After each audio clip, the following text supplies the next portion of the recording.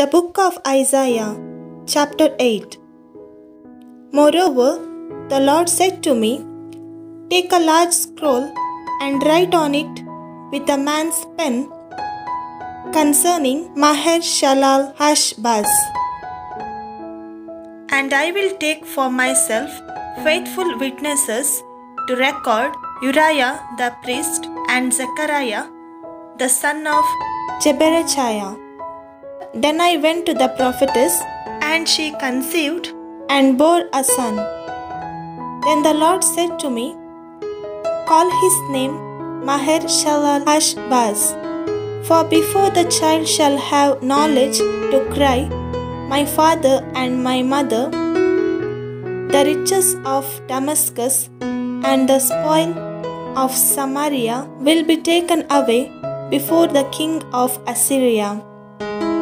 The Lord also spoke to me again, saying, "Inasmuch as these people refused the waters of Shiloah that flow softly, and rejoice in Rezin and in Remaliah's son. Now therefore, behold, the Lord brings up over them the waters of the river, strong and mighty, the king of Assyria, and all his glory. He will go up over all his channels and go over all his banks. He will pass through Judah. He will overflow and pass over. He will reach up to the neck, and the stretching out of his wings will fill the breadth of your land, O Emmanuel. Be shattered, O you peoples, and be broken in pieces. Give ear, all you from far countries. Gird yourselves, but be broken in pieces. Gird yourselves, but be broken in pieces. Take counsel together, but it will come to nothing. Speak the word, but it will not stand, for God is with us. For the Lord spoke thus to me with a strong hand, and instructed me that I should not walk in the way of this people, saying, "Do not say a conspiracy concerning all that this people call a conspiracy, nor be afraid of their threats, nor be troubled. The Lord of hosts, him you shall hallow, let him be your fear, and let him be your dread.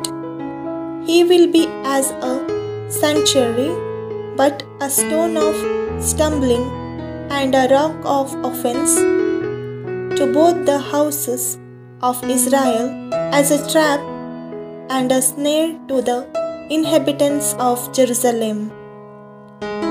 And many among them shall stumble, they shall fall and be broken, be snared and taken.